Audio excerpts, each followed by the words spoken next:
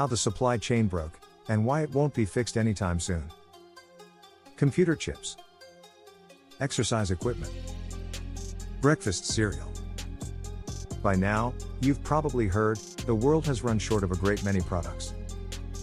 In an era in which we've become accustomed to clicking and waiting for whatever we desire to arrive at our doors, we have experienced the shock of not being able to buy toilet paper, having to wait months for curtains, and needing to compromise on the color of our new cars. Of far greater importance, we have suffered a pandemic without adequate protective gear. Doctors cannot obtain needed medicines. In Alaska, people are struggling to find enough winter coats. Airplanes are delayed while crews wait for food deliveries. Why is this happening? The pandemic has disrupted nearly every aspect of the global supply chain. That's the usually invisible pathway of manufacturing, transportation and logistics that gets goods from where they are manufactured, mined or grown to where they are going. At the end of the chain is another company or a consumer who has paid for the finished product. Scarcity has caused the prices of many things to go higher.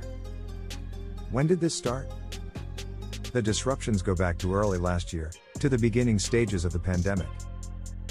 Factories in parts of the world where a lot of the globe's manufacturing capacity sits, places like China, South Korea and Taiwan, as well as Southeast Asian nations like Vietnam and European industrial giants like Germany, were hit hard by the spread of coronavirus cases.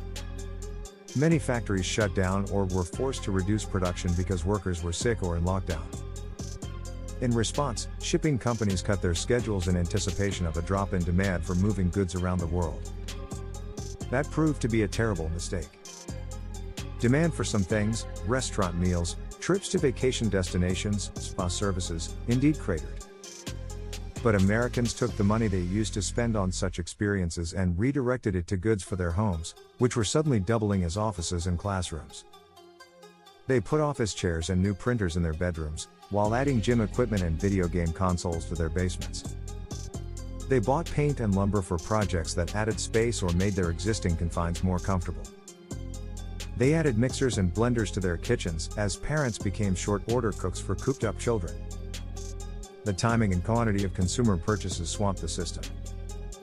Factories whose production tends to be fairly predictable ramped up to satisfy a surge of orders.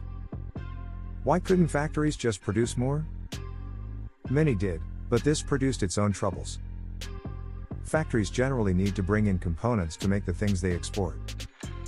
For example, a computer assembled in China may require a chip made in Taiwan or Malaysia, a flat panel display from South Korea, and dozens of other electronics drawn from around the world, requiring specialized chemicals from other parts of China or Europe. The steep surge in demand clogged the system for transporting goods to the factories that needed them. At the same time, finished products, many of them made in China, piled up in warehouses and at ports throughout Asia because of a profound shortage of shipping containers, the standard-size steel boxes that carry goods on enormous vessels. What happened to all the giant container ships? In simplest terms, they got stuck in the wrong places. In the first phase of the pandemic, as China shipped huge volumes of protective gear like masks and hospital gowns all over the world, containers were unloaded in places that generally do not send much product back to China, regions like West Africa and South Asia. In those places, empty containers piled up just as Chinese factories were producing a mighty surge of other goods destined for wealthy markets in North America and Europe. Because containers were scarce and demand for shipping intense, the cost of moving cargo skyrocketed. Before the pandemic, sending a container from Shanghai to Los Angeles cost perhaps $2,000. By early 2021, the same journey was fetching as much as $25,000. And many containers were getting bumped off ships and forced to wait, adding to delays throughout the supply chain. Even huge companies like Target and Home Depot had to wait for weeks and even months to get their finished factory wares onto ships. Meanwhile, at ports in North America and in Europe, where containers were arriving, the heavy influx of ships overwhelmed the availability of docks. At ports like Los Angeles and Oakland, California, dozens of ships were forced to anchor out in the ocean for days before they could load and unload. At the same time, truck drivers and dock workers were stuck in quarantine, reducing the availability of people to unload goods and further slowing the process. This situation was worsened by the shutdown of the Suez Canal after a giant container ship got stuck there, and then by the closings of major ports in China in response to new COVID-19 cases. Many companies responded to initial shortages by ordering extra items, adding to the strains on the ports and filling up warehouses. With warehouses full, containers, suddenly serving as storage areas, piled up at ports. The result was the mother of all traffic jams. What exactly is in short supply? Just about anything that is produced or manufactured, from chemicals to electronics to running shoes. Shortages beget more shortages. A paint manufacturer that needs 27 chemicals to make its products may be able to buy all but one, but that one, perhaps stuck on a container ship off Southern California, may be enough to halt production. Why are new cars so hard to find? Cars use computer chips, lots of them, and the shortages of chips have made it more difficult to produce vehicles. In turn, that has made it harder and more expensive to buy cars.